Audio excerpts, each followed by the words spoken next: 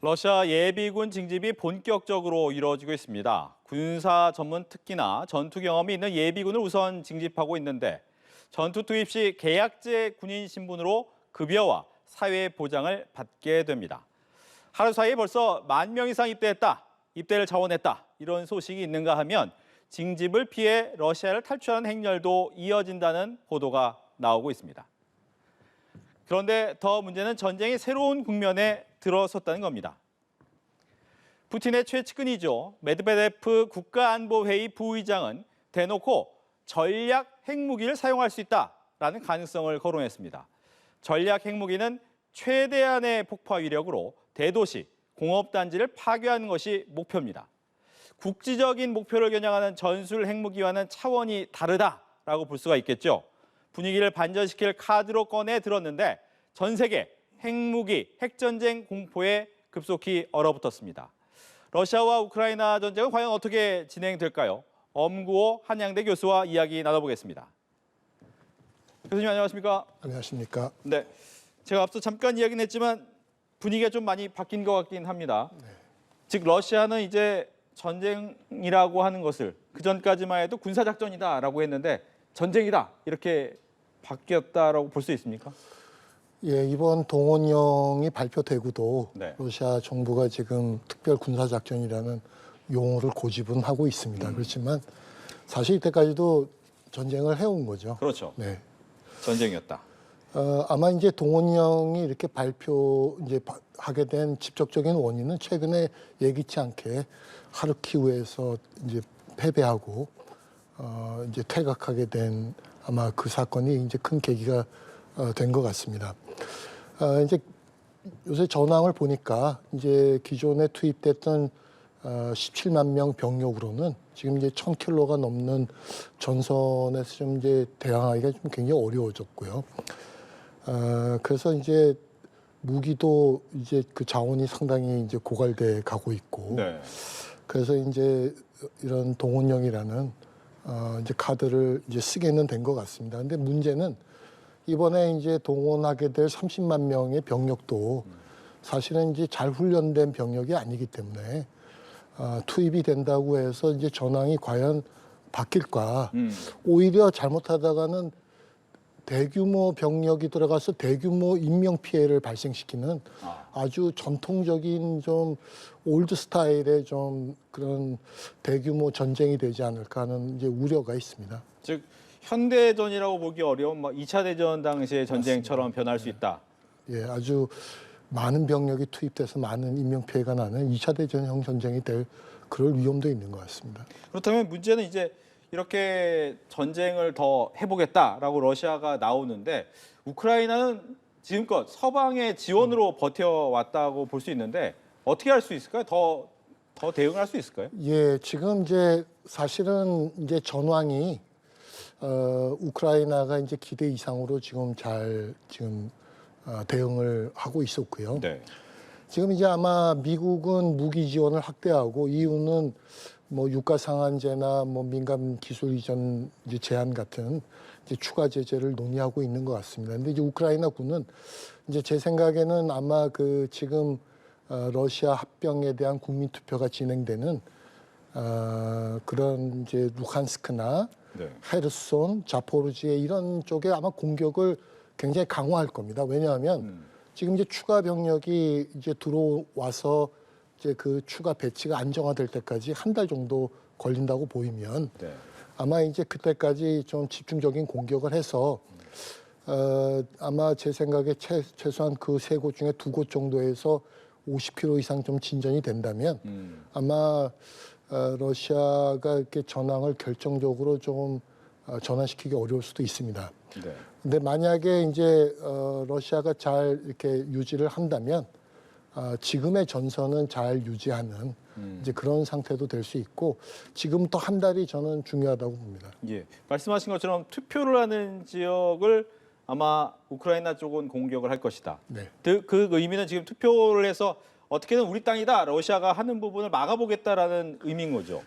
예, 뭐 그것도 있고요. 네. 러시아가 이번 전쟁을 하는 이제 기본 목표가 돈바스 지역과 크림반도의 육상 이제 입구가 되는 통로가 되는 이제 헤르손이나 마리우폴 지역을 1차 전쟁의 목표로 점령 목표로 하고 있기 때문에 이제 그런 러시아의 전쟁 목표를 막기 위해서 집중적인 공격을 하는 것이죠. 예. 그렇다면 지금 보면 말씀하신 것처럼 예비군이 얼만큼 도움이 될지 잘 모르겠다라고 하는데 보니까 처음엔 예비군만 모은다라고 하다가 일부 대학생들도 있고 또 뭐 IT 전문가도 데려오고 어떻게 기준이 막 뒤죽박죽인 것 같기도 하고 어떤 기준이 있는 것 같기도 하고 어떻습니까? 예, 제가 대통령 연설문을 읽어보니까 이제 네.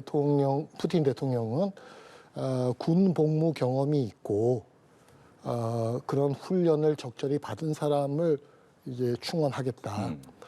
거기에 더해서 일정 전문 기술을 가진 사람을 뭐 계약 베이스로 이제 충원하겠다고 이제 했는데 지금 이제 제가 뉴스를 보니까 제외된다고 했던 학생이나 군 복무 경험이 없는 사람도 지금 이제 징집이 됐다. 이제 그런 이제 보도가 나오고 있는 것 같은데요. 아마 그것은 지금 이제 30만 명을 한꺼번에 뽑으려고 하면 사실 그 쉽지 않은 일이지 않겠습니까? 그러니까 아마 좀 무리한 징집도 일어날 가능성은 있을 것 같습니다. 예.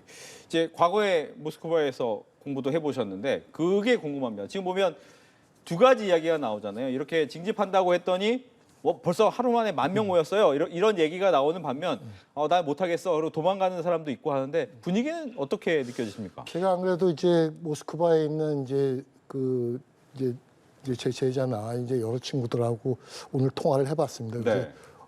동원령 이후에 지금 막 징집되고 그러는데 분위기는 어떠냐. 또 반푸틴 데모도 일어난다는데 좀 분위기 어떠냐 하는데 그 생각보다는 조금 이제 평온은 한 것 같습니다. 이제 저희가 숫자만 봐도 아는데 38개 도시에서 데모가 일어났는데 정작 체포된 사람은 1,300명이거든요. 예. 그거는 이제 좀 소규모 시위라고 보이고요. 이제 푸틴 대통령이 지난 10년 동안 애국주의를 고취하는 노력을 굉장히 해왔다는 걸 좀 주목해야 됩니다. 이제 강한 러시아 또 국제사회에서 강대국의 위상을 갖는 러시아가 이제 우리가 갈 길이라는 데 대한 그런 이제 공감을 이제 국민들에게 굉장히 주지시켰고 아마 어제만 10,000명이 이제 자원을 했다는 것은 아마 이제 그런 이제 결과일 것 같습니다. 그럼에도 불구하고 조금 전에 이제 뉴스에서도 보이는데 지금 이제 뭐 비자가 필요 없는 구소련 국가나 이제 중앙아시아 뭐 터키 이런 쪽으로 좀 뭐 많이들 이제 탈출을 시도하는 것 같은데요. 제가 이제 통계를 이제 보니까 물론 이제 꼭 전쟁에서 도망갔다라고는 볼 수 없지만 지금 이제 최근에 해외 이주자가 뭐 수십만 명에 이르거든요. 네. 이제 러시아 내에서. 러시아 내에서 그건 아무래도 지금 이제 러시아 상황이 좋지 않고 또 특히 전문 기술을 가진 IT 인력이나 이제 이런 경우는 지금 FTPR 때문에 지금 굉장히 비즈니스가 어려워졌기 때문에 그 이제 전략 물자 이제 수출 금지 때문에 네. 그래서 지금 많이 이제 비즈니스 때문에도 이주를 하고 있습니다. 꼭 전쟁 때문만도 아니고 이제 그렇기 때문에 이제 지금 이런 현상이 동시에 좀 일어나고 있는 것 같습니다. 예. 이게 푸틴 대통령은 굉장히 독특하잖아요. 과거 대통령 하다가 물러났다가 또 다시 대통령이 됐는데 말씀하신 것처럼 10년에 걸쳐서 좀 애국주의를 고취해왔다. 근데 이번에 조금 전쟁을 통해서 아니면 또 동원령을 통해서 약간의 내부의 반란 또 반대의 목소리가 나오는데 그러면 푸틴의 영향력은 굳건합니까? 아니면 조금은 흔들릴 수 있습니까? 예, 제가 이제 그 여론조사 이제 결과를 보니까 아직 이제 여론 자체는 아직은 그렇게 요동치는 것 같지는 않습니다. 이제 그것은 이제 푸틴 대통령의 입지가 바로 위기로 흔들릴 거다라고 보기는 좀 어렵다 개인적으로. 그렇지만 이번 동원령에 우리가 굉장히 주목해야 될 점이 있습니다. 네. 이때까지는 이제 푸틴 대통령이 지금 이제 전쟁, 대외적인 문제에 지금 굉장히 어려움을 겪으면서 유지해 왔는데 이 동원령이라는 건 불가피하게 일부 국민들의 아주 심각한 저항에 부딪힐 수밖에 없는 문제이고 이미 좀 그런 일이 일어나고 있는데 이제 이거는 지금 국내 정치적 부담을 이제 크게 지게 된 겁니다. 푸틴 대통령에게는. 네. 따라서 이번 이제 동원령이 푸틴 대통령에게 이제 바로 위기는 아니더라도 정치적 부담이 커졌냐? 그건 굉장히 커졌다고 봅니다. 알겠습니다. 또 하나는 이제 뭐 러시아에서 아까 잠깐 이야기는 했지만 투표를 통해서 몇몇 지역을 이제 빨리 포섭을 하겠다라고 이제 생각을 하고 있지 않습니까? 근데 이 부분을 원래보다도 또 투표 일자를 앞당겼더라고요. 네. 근데 결과적으로 투표는 하나마나 결과는 정해진 거 아닌가라는 생각이 드는데 어떤가요? 지금 이제 4개 지역입니다. 네. 그 이제 돈바스의 도네츠크, 루한스크하고 지금 이제 아까 말씀드린 노보러시아라고 우리가 이제 입구라고 얘기하는 헤르손하고 이제 자포르지에인데 이제 사실은 이 투표가 조금 정당성이 상당히 결여된 투표이긴 합니다. 예를 들어서 지금 자포로지에 주 같은 경우는 그 수도가 자포로지에 시인데 네. 지금 우크라이나군이 점령하고 있거든요. 또 지금 도네츠크도 러시아가 60% 정도만 점령하고 있습니다. 그러니까 사실은 전체를 지금 점령해서 전체 국민들의 의사를 물어보는 것도 아닙니다. 게다가 이번 투표 방식을 보니까 이제 오늘부터 다음 주 화요일까지 5일간 하는데 네. 4일간은 선거인단이 찾아가서 집에 찾아가서 투표를 받습니다. 5일째 화요일 다음 주 화요일만 투표소를 개설하거든요. 네. 그 정당성이 조금 상당히 이제 결여된 그런 투표이긴 합니다. 이제 한마디로 요약하면 요번에 러시아가 이제 그 합병이라는 그 선거 승리 결과를 얻더라도 우크라이나 군의 공격을 바로 방어할 수 있는 건 아니죠. 네. 그렇지만 그 주민들에게 러시아만이 대안이다, 러시아가 미래다 하는 그런 의식을 좀 심어주는 데는 아마 이 합병이 의미가 있을 것 같습니다. 예. 근데 이제 아무래도 이제 국제사회에서 푸틴은 좀 고립이 돼 있는 상황인데 특히나 중국이나 인도마저도 요즘에는 좀 거리두기를 하고 있거든요. 근데 이제 핵무기 얘기까지 하니까 과연 중국 같은 경우에 억제 힘을 좀 발휘할 수 있겠느냐 아니면 그냥 어쩔 수 없이 말로는 그렇게 하지만 푸틴 알아서 해 이런 식으로 갈 것이냐 어떻게 보십니까? 지금 이제 언론을 보니까 이번 사마르칸트 이제 상하이 협력기구 정상회담에서 네. 시진핑 주석이 푸틴 대통령에게 이제 전쟁 좀 그만했으면 좋겠다라는 거를 얘기했다는 이제 보도들이 있는 것 같습니다. 그래서 아마 이제 중국이 조금 전쟁에 거리두기를 하는 거 아니냐, 이제 아마 그런 해석도 나오는 것 같은데요. 이제 기본적으로 이번 우크라이나 전쟁이 중국에게 불리한 점은 없습니다. 왜냐하면 지금 이제 미국의 인도태평양 전략이 중국을 상당히 압박하고 있는데 네. 미국이 유럽과 인도태평양에 2개의 전장을 갖게 된다면 아무래도 이제 중국에 대한 압박은 좀 줄기 때문에 이 지정학적 구조상으로는 이제 유리는 합니다. 그런데 이제 그렇기 때문에 아마 중국이 이번 우크라이나 전쟁의 원인이 미국에 있다, 또 제재도 해서는 안 된다는 입장을 바꾼 건 아닙니다. 그럼에도 불구하고 아마 이제 전쟁을 조금 종식시키려고 하는 데는 이제 첫 번째는 지금 이제 코로나 위기로 중국 경제 상당히 어려운데 지금 이제 중국 경제도 정상화하려고 굉장히 노력하고 있는데 지금 전쟁 때문에 글로벌 경제 위기가 좀 너무 심각하지 않습니까? 그렇죠. 그래서 중국 경제를 위해서도 조금 전쟁을 좀 끝나야 되겠다는 생각을 하는 것 같고요. 또 하나가 굉장히 중요한데 제가 보기에는 이제 중국은 러시아하고도 관계가 좋고 또 우크라이나하고도 관계가 좋은 그런 국가인데 아마 이제 중국이 이번에 좀 협상을 중재하는 노력을 통해서 네.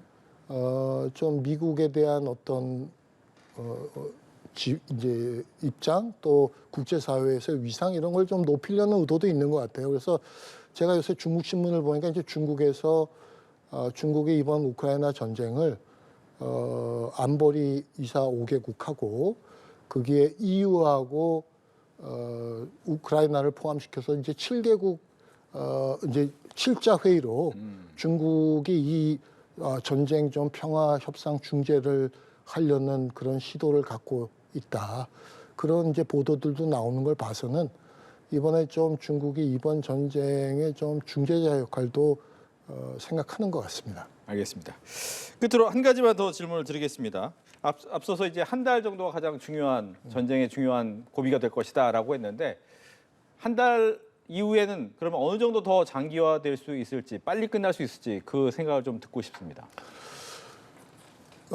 전쟁이 이제 굉장히 지금 이제 불확실한 상황에 있는 것 같습니다. 네. 우선 이제 최소한 지금 11월 8일 미국 중간 선거까지는 미국도 지금 협상에 나설 그런 생각은 아닌 것 같고, 또 지금 이제 이번 동원령으로 해서 역시 이제 병력이 더 투입된다면 아마 이 전쟁의 규모나 이런 건 더 확대될 가능성이 있는데, 이번 전쟁이 가만히 들여다보면 좀 30대 1의 전쟁이거든요. 무슨 얘기냐면 지금 우크라이나에 무기를 지원하는 국가가 28개 국가고, 그게 이제 이제 사실상 이제 전쟁 물자를 지원하는 일본하고 아일랜드까지 포함하면 이제 30개 국가입니다. 그러니까 이 전쟁은 우크라이나가 당장 질 수가 없고, 또 시간이 가면 또 러시아에게도 상당히 불리한 이제 그런 전쟁 구조를 갖고 있습니다. 그래서 이 전쟁이 러시아가 마음 먹은 대로 금세 밀어볼 수 있다거나, 또 이제 핵무기 때문에 또 서방이 굉장히 이제 최첨단 공격형 무기로 러시아를 몰아낼 수 있다거나, 지금 핵무기 위협을 계속하고 있기 때문에, 그래서 저는 이 전쟁이 상당히 조금 이제 장기화될 가능성은 있습니다. 그런데 이제 겨울이 되면 이제 유럽도 지금 에너지 문제가 심각해질 거고, 네.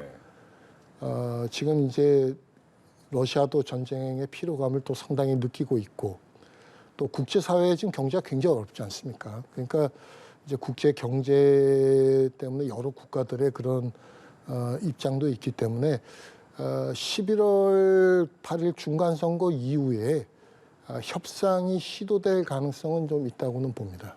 알겠습니다. 이렇게 해서 러시아와 관련된 이야기 엄구호 교수와 함께 이야기 나눠봤습니다. 오늘 이야기 잘 들었습니다. 감사합니다.